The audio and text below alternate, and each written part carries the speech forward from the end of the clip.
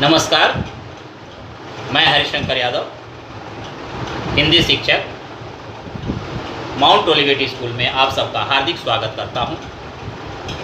मैं इस वीडियो में लेकर आया हूं कक्षा 10वीं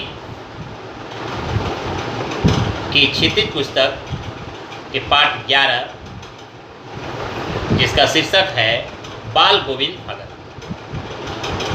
बाल गोविंद भगत के बारे में रामवृक्ष बेनीपुरी ने लिखा है कि बाल गोविंद भगत किस प्रकार के व्यक्ति थे और किस प्रकार के दुख और सुख में हमेशा सुख और शांति प्रकट करते हैं। तो आइए देखते हैं इस पाठ का सारांश क्या है। प्रस्तुत रेखा चित्र के माध्यम से लेखक बाल गोविंद भगत की शारीरिक विशेषताओं का वर्णन करते हुए कहा है कि 60 वर्ष से अधिक आयु वाला वह मझले कद काठी का गोरा चिट्ठा आदमी था।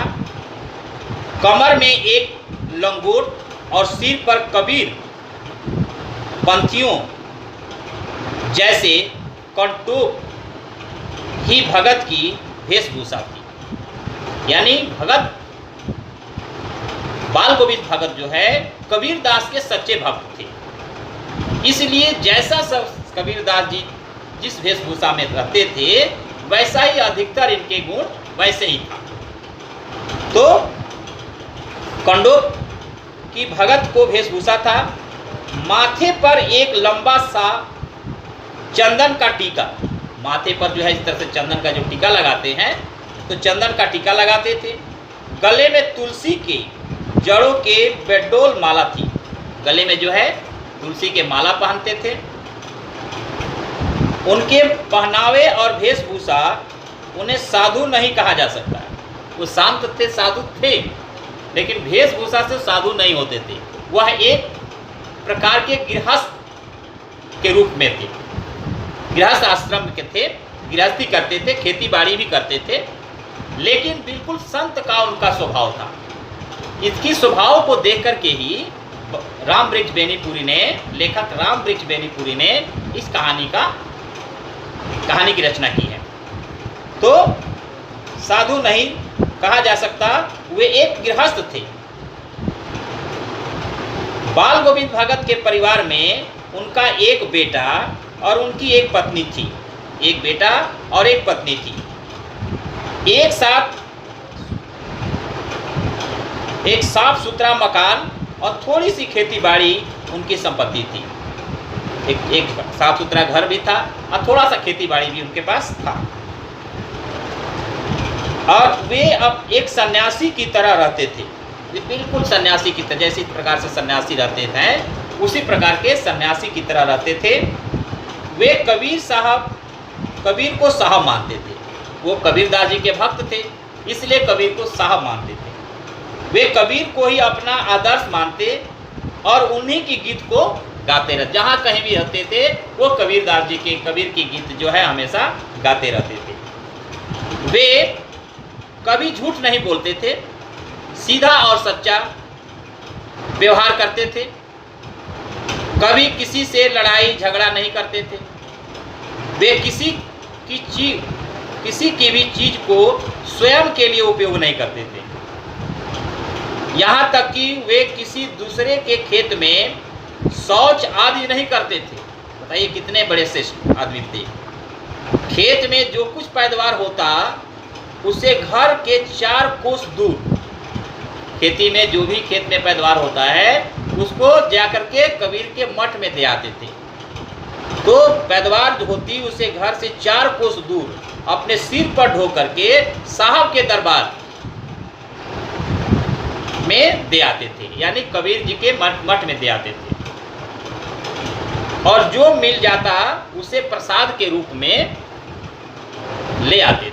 जितना था खेती बाड़ी का सामान ले जाकर वहाँ दे आते थे और फिर जो है वहाँ से अपना जो भी मिलता था समझते थे ये प्रसाद है, वो प्रसाद के रूप में घर लेकर के आते थे। लेखक उनके द्वारा दिए गए कबीर के पद सुनकर प्रसन्न और आनंदित हो उठते थे। और इस प्रकार से जब वो लेखक देखते थे उनकी स्वभाव को, व्यवहार को, तो काफ़ी जो है लेखक आनंदित हो जाते थे। वही है, लेखक उनके द्वारा दिए गए कबीर के पद सुनकर प्रसन्न और आनंदित हो जाते थे। यानी राम गोविंद भगत जो है एक सच्चे भक्त थे, जो बनावटी नहीं दिखा। आजकल के संत जो है चंदन टीका लगा लेते हैं, कपड़े धारण कर लेते हैं और भ्रष्टाचार के मन में उनके भाव होता है और संत कहलाने लगते हैं। आजकल संतों के आप देखते हैं क्या क्या उनकी कहानियां चल रही हैं। लेकिन ये राम गोविंद भगत जो संत थे वो एक सच्चे प्रकृति के संत थे, ईमानदार, व्यवहार भी उनका अच्छा था। और लेखक कहते हैं कि आषाढ़ के महीने बारिश होती है। बारिश होने के बाद खेतों में लोग धान की रोपाई शुरू करते हैं। आषाढ़ के समय जो है खेतों में धान की रोपाई शुरू करते हैं। तो गांव की औरतें खेतों में खाना लेकर आती हैं। बारिश के दिनों में कीचड़ में लथपथ बाल गोविंद भगत खेतों में धान की फसल रोपते हैं। जब धान की रोपाई होती है तो धान के बीज को उसके अंदर कीचड़ में डाला जाता है और वही बैठता है, तो फिर वो बड़ा धान का पौधा बन जाता है। तो खेतों में धान की फसल रोपते हुए देखे जा सकते थे। उनके साथ ही साथ उसके साथ ही साथ चलता था उनका मधुर संगीत, और वो खेतों में धान की रोपाई करते हुए मधुर मधुर गीत यानी अच्छे अच्छे गीत गाते थे। उनकी संगीतमय आवाज़ को सुनकर सभी स्त्रियां, पुरुष, बच्चे, बूढ़े मस्त में झूमने और गुनगुनाने लगते थे। जैसे धान की रोपाई होती है, मजदूर लगे हुए हैं खेतों में और ये अपना संगीत गाते हुए भी खुद खेतों में काम कर रहे हैं। इस प्रकार से लोग जो है, जो उनके साथ में थे, बच्चे थे, बूढ़े थे, जवान थे, सभी हर प्रकार के लोग जो थे, जब वहाँ जो खेत में काम करते, जो लोग उनके गीत को सुनते थे, वो क्या हो जाते थे, मस्त से झूमने और गुनगुनाने लगते थे। हलवाहों, किसानों व मजदूरों में एक नया उमंग, जोश, उत्साह का संचार हो जाता था। जब वो गाना गाते थे, गीत गाते थे, तो जो किसान सुनते थे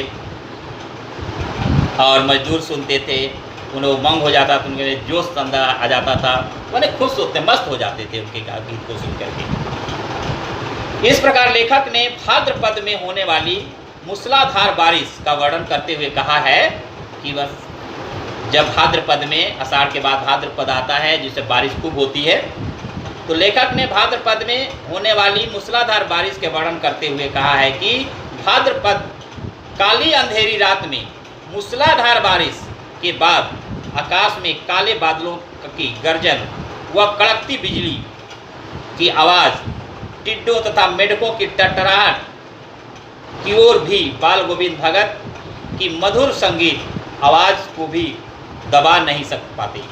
बरसात के समय में मेढक जो है टर टर टर टर की आवाज़ लगाते हैं, चारों तरफ अंधेरा ही अंधेरा दिखता था। उसके बाद भी जब इनके संगीत जो शुरू हो जाता था, सब के सब जो है दब जाते थे, अपने संगीत में मस्त हो जाते थे। लोग ठीक संगीत सुनते थे। मेढक टर टर टर टर टर की बात, भाद्रपद में पानी चारों तरफ भर जाता है तो मेढक खूब जो है टर टर की आवाज़ लगाते हैं, उनकी आवाज़ें सुनती हैं, लेकिन जब इनकी संगीत जो है उनको भी क्या करती थी, दबा देती थी। तो काली अंधेरी रात में भगत जी अपनी मधुर संगीत की आवाज़ से सबको प्रसन्न कर आश्चर्यचकित कर देते थे। जब सारा संसार सोता था तब बाल गोविंद भगत की संगीत जाग रहा होता है। तेरी गठरी में लगा चोर, मुसाफिर जाग जरा।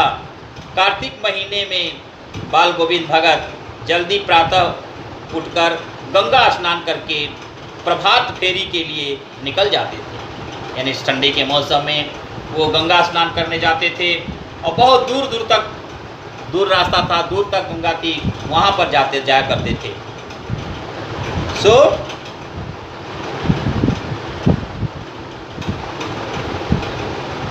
माघ के महीने में कपकपाती कड़ाके की ठंड में काली कमली ओढ़कर बाल गोविंद भगत चटाई बिछाकर खंजड़ी बजाते वह गाते बैठे देखे जाते थे। और जब भी आए ठंडी के मौसम में अपनी खंजरी बजाते हुए बैठ कर के संगीत गाते हैं। लेखक जहाँ ठंडे से काँप रहा होता था, वहाँ भगत जी की माथे पर तारों की उस छाँव में श्रम बिंदु चमकते हुए दिखाई देते थे। यानी सब लोग कांपते हुए होते हैं, वो अपना खंजरी बजा बजा करके सबको सुनाते रहते थे। लोग ये संगीत सुन करके काफ़ी जो है प्रसन्नित हो जाते थे। अब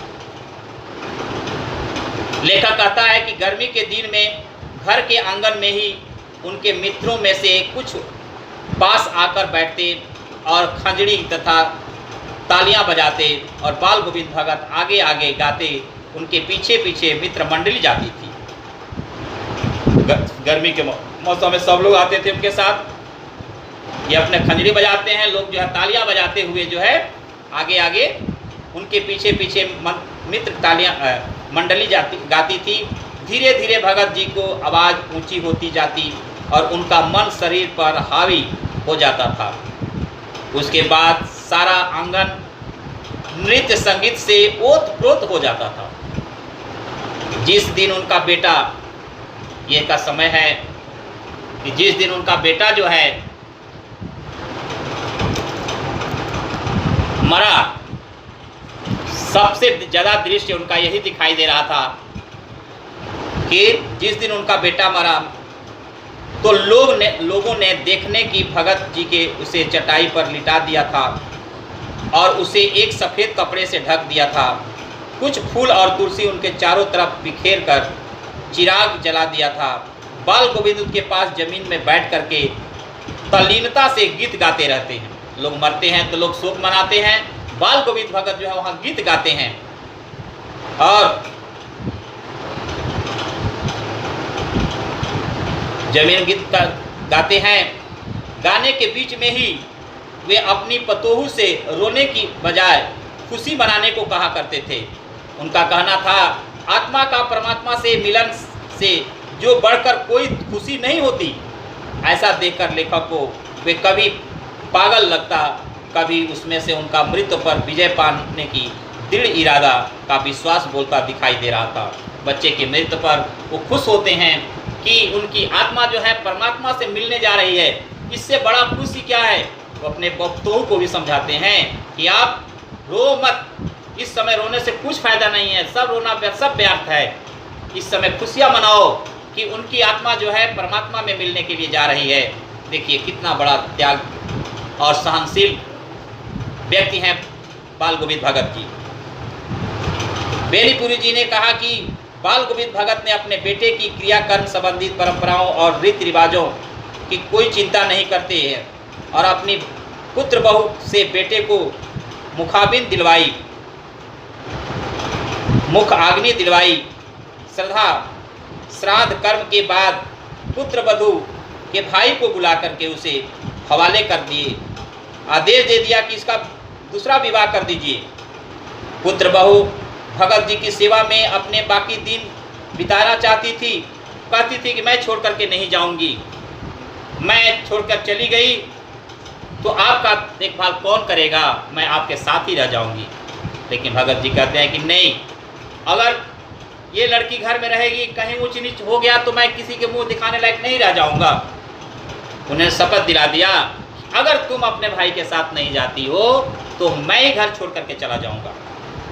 अब उनकी बहू जो है मजबूरन अपने भाई के साथ चली गई और बाल गोविंद भगत विवश भगत हर वर्ष की तरह गंगा स्नान करने के लिए 30 कोस घर से दूर पैदल चलकर जाते आते हैं। रास्ते में वे कहीं किसी से सहायता ले लेते तथा न ही किसी से कुछ खाते। बुढ़ापे में भी उनकी जवानी की तरह जोश और उमंग था। इस बार जब वे गंगा स्नान करने आए तो उसे बुखार आ गया। वे कमज़ोर हो गए। लोगों ने नहाने धोने से मना किया और आराम करने को कहा, परंतु वे हंसकर टाल देते थे।